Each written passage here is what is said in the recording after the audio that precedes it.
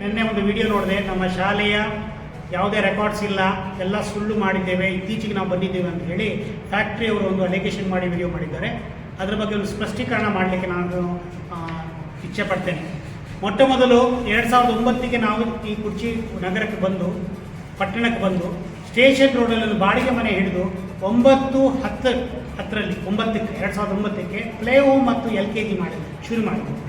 ಆಮೇಲೆ 2010ಕ್ಕೆ ನಾವು ಅದನ್ನು LKG ಹುಡುಗರು UKGಗೆ ಬಂದ್ವಿ. ಆಯಿತಾ, ಅಲ್ಲಿ 3 ಕೋಣೆ ಇತ್ತು. ಯಾಕಂದರೆ ಅದು ವಸತಿ ಜಾಗ ಇತ್ತು. 3 ಕೋಣೆ ಮಾಡಲಿಕ್ಕೆ ಅಷ್ಟೇ ಜಾಗ ಇತ್ತು, 4 ಕುಂಟೆಯ ಜಾಗ ಅಷ್ಟೇ ಜಾಗ ಇತ್ತು ಪಟೇಲ್ ಅವರ ಬಿಲ್ಡಿಂಗ್.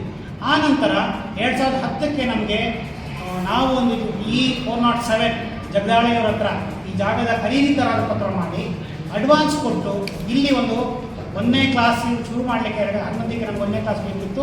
ಅದಕ್ಕೋಸ್ಕರ ಇಲ್ಲಿ ಅವರಿಗೆ ಅಡ್ವಾನ್ಸ್ ಕೊಟ್ಟು ಅವರ ಪರ್ಮಿಷನ್ ತಗೊಂಡು ತಾತ್ಕಾಲಿಕ ಕಚ್ಚಾ ಕಟ್ಟಡವನ್ನು 2 ರೂಮ್ ಕಟ್ಟಿದ್ವಿ. 2 ರೂಮ್ ಕಟ್ಟಿಬಿಟ್ಟು ಶಾಲೆನ ನಾವು ಜೂನ್ 1, 2011ಕ್ಕೆ 407ರ ಈ ಪ್ಲಾಟ್ನಲ್ಲಿ ಶುರು ಮಾಡಿದ್ವಿ. ಅದರ ಸಾಕ್ಷಿಗಳಾಗಿ ಮಕ್ಕಳಿದ್ದಾರೆ ಆಯಿತಾ, ಅವ್ರ ಹತ್ರ ನೀವು ಕೇಳ್ಬೋದು ಸರ್. ಆಮೇಲೆ 2012ಕ್ಕೆ ನಾವು ಜಾಗವನ್ನು ಖರೀದಿ ಮಾಡೋದು ಮೇಡಮ್ನವರ ಕಾರ್ಯದರ್ಶಿಯವರ ಹೆಸರಲ್ಲಿ.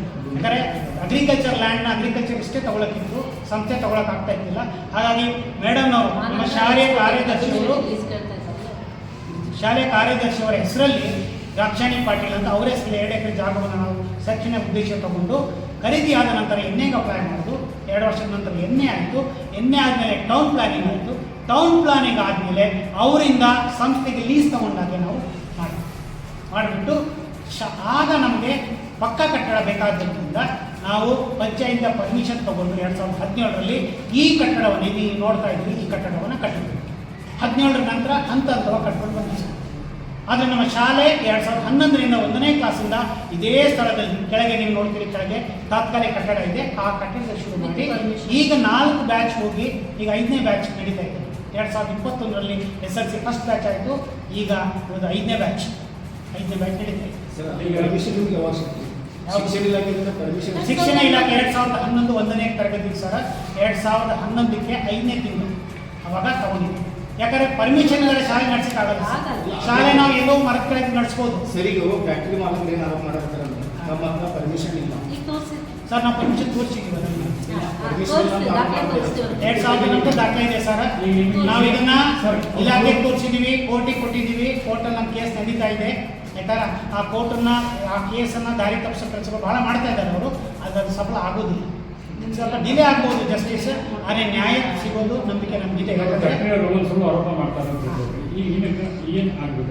ಸರ್. ನಮಗೆ ಶಾಲೆ ಮೊದಲಿಂದ ನಡೀತಾ ಇದ್ದಿಲ್ಲಿ 2017ಕ್ಕೆ ಶಾಲೆ ಇದ್ದರೂ ಕೂಡ ಪೊಲ್ಯೂಷನ್ ಬೋರ್ಡ್ನವರು ತಮ್ಮ ರಿಪೋರ್ಟಲ್ಲೇ ತೋರಿಸ್ತಾರೆ ಶಾಲೆ ಪಕ್ಕದಲ್ಲಿ ಇದೆ ಅಂತ.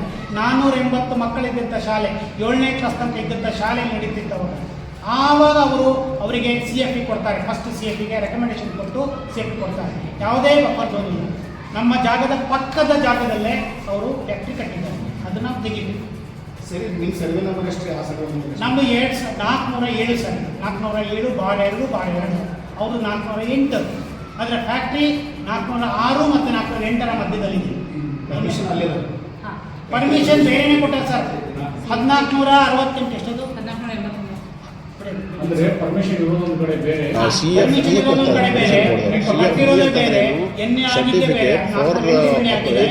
ಎಸ್ಟಾಬ್ಲಿಷ್ಮೆಂಟ್ ಈ ಕಾರ್ಖಾನೆಯನ್ನು ನೀವು ದೊಡ್ಡ ಪ್ರಮಾಣದಲ್ಲಿ ಮಾಡಬಹುದು ಅಂತೇಳಿ ಸರ್ಟಿಫಿಕೇಟ್ ಕೊಡ್ತಾರೆ.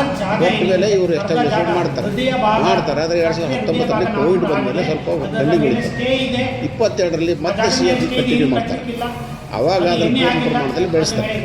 ಅರ್ಥ ಏನು, 2011ರಲ್ಲಿ ಎನ್ಎ ಮಾಡಿಕೊಂಡು 12ರ ಇಂಡಸ್ಟ್ರಿಯಲ್ ಆಕ್ಟಿವಿಟಿ ಪ್ರಾರಂಭ ಆದಮೇಲೋ ಇಂಡಸ್ಟ್ರಿಯಲ್ ಆಕ್ಟಿವಿಟಿ ಯಾವಾಗ ಪ್ರಾರಂಭ ಆಗಿರ್ತದೆ ಆ ಟೈಮಲ್ಲಿ ಅದರ ಪಕ್ಕದಲ್ಲಿ ಇರ್ತಕ್ಕಂಥ ಜಮೀನಲ್ಲಿ ಏನೂ ಇರಲಿಲ್ಲ, ಕೇವಲ ಕಬ್ಬು ಇರ್ತದೆ. ಈಗ ನೀವು ಗೂಗಲ್ನಲ್ಲಿ ಹೋಗಿ ನೋಡ್ಬೋದು. ಯಾಕಂದರೆ ಇವತ್ತಿನ ಯುಗದಲ್ಲಿ ಆರ್ಟಿಫಿಷಿಯಲ್ ಇಂಟೆಲಿಜೆನ್ಸ್ ಯುಗದಲ್ಲಿ ನೀವು 10 ವರ್ಷದಿಂದ ಏನಿತ್ತು, 20 ವರ್ಷದಿಂದ ಇಲ್ಲಿ ಏನಿತ್ತು ಅನ್ನೋದು ಎಲ್ಲ ನಿಮಗೆ ಸಿಗ್ತದೆ. ಇವತ್ತು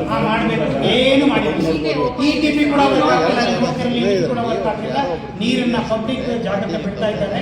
ಮತ್ತು ನಮ್ಮ ಶಾಲೆ ಜಮೀನು ತೊಗೊಳ್ತಾರೆ, ಅವರು ಮಗಳು ತೊಗೊಳ್ತಾರೆ ಸರ್. ಇನ್ನೇನಿಲ್ಲ, ಏನೇ ಮಾಡಬೇಕಾರೆ ನಮಗೆ ನ್ಯಾಯ ಕೊಡಬೇಕು. 16ರಲ್ಲಿ ಒಂದು ಶಿಕ್ಷಣ ಫ್ಯಾಕ್ಟರಿಯನ್ನು ಬಂದ್ ಮಾಡಬೇಕು ಲೀಸ್ ಅಥವಾ ನಮ್ಮ ಶಾಲೆಯನ್ನ ಅಂದರೆ ಇದು ನಮ್ಮ ಶಾಲೆ 16 ಬೇರೆ ಕಡೆ ನಡೆಸಬೇಕಂತ ಹೇಳಿದ್ರೆ ಅದಕ್ಕೆ ಸೂಕ್ತವಾದಂತಹ ಪರಿಹಾರ ಕೊಡಬೇಕು. ಜಾಗ ಕೊಟ್ಟು ಪರಿಹಾರ ಕೊಡಬೇಕು.